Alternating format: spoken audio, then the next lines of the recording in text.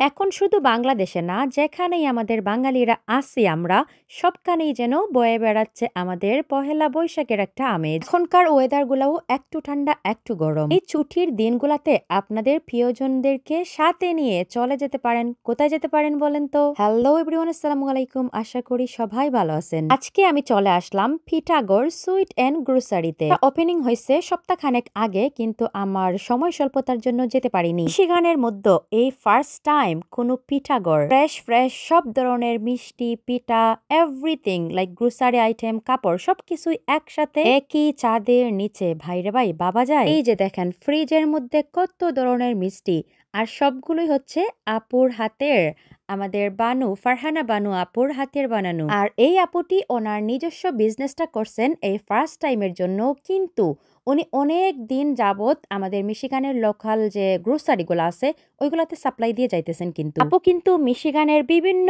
Occasionally প্রোগ্রামে live বাপা পিঠা নিয়েও বসেন, আর এখন পিঠার সাথে যোগ করছেন হরেক রকমের আইটেম। এত সুন্দর সুন্দর চারাগুলো রাখছেন। আমি দেখলাম সব ধরনের চারা আছে, বাঙালিরা যেটা পছন্দ করি, করল্লা, নাগামরিচ বা বিভিন্ন ধরনের আমাদের বাংলাদেশি চারাগুলা ওনার স্টোরে কিন্তু পাওয়া যাবে। যেহেতু উনি এই প্রথমবার স্টোর খুলছেন, তো মোটামুটি চেষ্টা করতেছেন সবাইকে সার্ভিস দেওয়ার জন্য।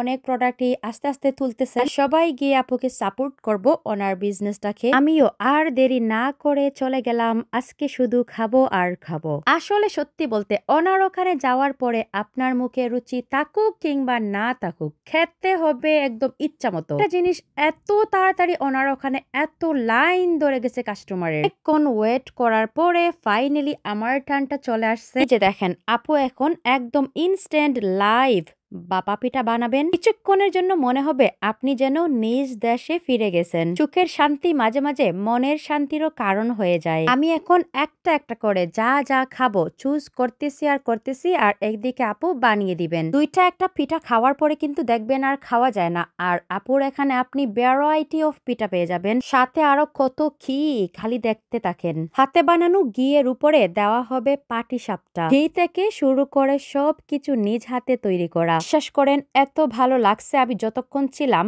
মিশিগানের মধ্যে কিন্তু এই ফার্স্ট টাইম এই উদ্যোগটা নেওয়া হয়েছে। আমি আস্তে আস্তে সব কিছু জমিয়ে একেবারে টেবিলে নিয়ে বসবো। তো এত ভ্যারাইটির মধ্যে খুঁজে খুঁজে বাইর করতেছি কি খাওয়া যায়, কারণ সবকিছু তো আর একেবারে ট্রাই করা যাবে না। তো দেখেন এখন কিন্তু মিশিগানের ভিতরেই, মানে লিটারালি জাস্ট মিশিগানে বসেই আপনারা লাইভ বাবা পিঠা খেয়ে ফেলতে পারবেন। আমি এক্ষুনি হচ্ছে আপুর পিঠা আমি অনেকবার খাইছি। উনি মেলাতে যান, মেলাতে বসেন, সবাই চেনেন অনেকে। সো আমি জাস্ট এখন পিঠাটা খাবো। বিসমিল্লাহির রহমানির রহিম।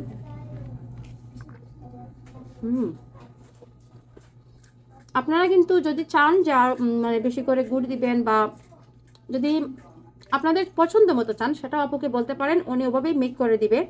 হয়তো চার্জ বেশি আসতে পারে। আর এটা লাইভ বাবা পিঠা হচ্ছে অনলি $3, জাস্ট ইনস্ট্যান্ট খেয়ে ফেলতে পারবেন। অ্যান্ড অনেক মজা, ডেফিনেটলি অনেক দিন ধরে করেন এগুলা, মানে নিজের হাতে তৈরি করেন, সাপ্লাইও করেন। কত ধরনের পিঠা যে পাবেন এটার তো কোনো শেষ নেই। একদম বাজারপুরের থেকে শুরু করে মানে একদম মোচমোচে পেঁয়াজও পেয়ে যাবেন। মানে জাস্ট ইনস্ট্যান্ট এখানে বানানো হয়। প্রত্যেক 4-5 ঘন্টা পরে পরেই পেঁয়াজু বানানো হয়, এন্ড দেন ট্রেতে রাখা হয়, আবার শেষ হয়, আবার বানানো হয়। সো মোচমোচা পেঁয়াজু অলসো এখানে পেয়ে যাবেন। বাংলাদেশের সব ট্রেডিশনাল ফুড কিন্তু এখানে পেয়ে যাবেন। মানে যেটা আমি ঢাকাতে গেলে অনেক বেশি প্রচুর খাই, মানে রাস্তার পাশে। তো এখানে আপনারা পেয়ে যাবেন ইনস্ট্যান্ট চিতই পিঠা দিয়ে আপনার 2 ধরনের চাটনি থাকবে। একটা আই থিঙ্ক ধনে পাতা চাটনি, আর একটা হচ্ছে শুটকি ভর্তা। এই বসন্তের মধ্যে বা সব সময় যখনই ঘরে বসে ভালো লাগবে না, চলে আসবেন আপুর ওখানে, চা খাইতে মন চায় তাই পেয়ে যাবেন। আসলে মানে সব আনকমন জিনিসগুলো এখানে পেয়ে যাবেন। আমাদের টেবিল ভর্তি কিন্তু খাবার দাবারে, সব হচ্ছে আমাদের বাঙালিয়ানা খাওয়া একদম, মানে সব ট্র্যাডিশনাল খাবার নিয়ে একদম আমি বসে পড়ছি। যা মানে দেখি এখন, মানে এখানে আসলে আপনি খাইতে খাইতে আর শেষ। এখানে 1 ঘন্টা বসে থাকতে হবে, খাইতে খাইতে একদম খিদা হয়ে যাবেন। ফুচকা, চটপটি, এভরিথিং এখানে পাওয়া যাবে।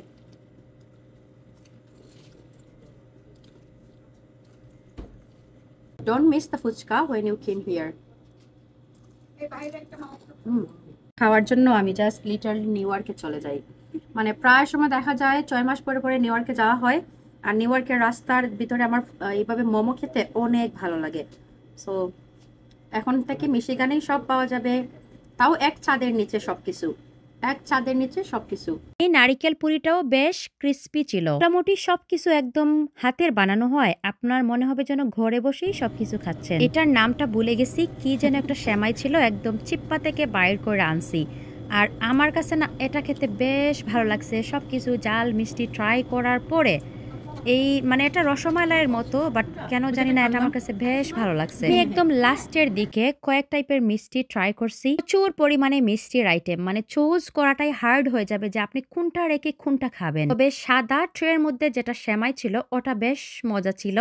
আর ছিল ওনার হাতে বানানো দইটা, যেটা কিনা আপনারা ওখানে বসেও ট্রাই করতে পারেন, বাসায়ও নিয়ে আসতে পারেন। আজকে যে কি খাওয়া দিলাম বাপরে বাপ, এই কিন্তু শেষ না। টক মিষ্টি ঝাল সবকিছু খাওয়ার পরে টক খেতে বাকি থাকবে কেন? এদাওয়ে আচারগুলোও কিন্তু ওনার হাতে বানানো, বাপরে বাপ উনি যে কেমনে এত কিছু করেন আমি তো মানে ভাবতে ভাবতে কুল কিনারাই পাইতেছি না। এটা ছিল তেঁতুলের আচার নাম্বার 1, স্বাদ লাগছে আমার কাছে। সেকেন্ডটা ছিল মিক্স আচার, ওটা ছিল নাম্বার 3 আমার কাছে মজার দিক থেকে বলতেছি।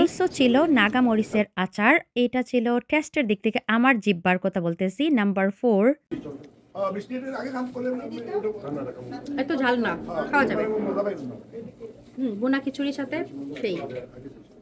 এই আলু বোকারাটা ছিল নাম্বার 2। এখন আপনাদের যার যেটা ভালো লাগে কিন্তু নিয়ে আসতে পারেন। তেহারির সাথে এটা কিন্তু জমে যাবে। হ্যাঁ, তেহারির সাথে এটা খেতে পারেন।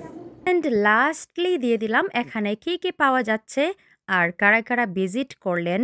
ডেফিনেটলি আমাকে কমেন্ট করে জানাবেন। অ্যান্ড আপনাদের কেমন লাগলো। আল্লাহ হাফিজ।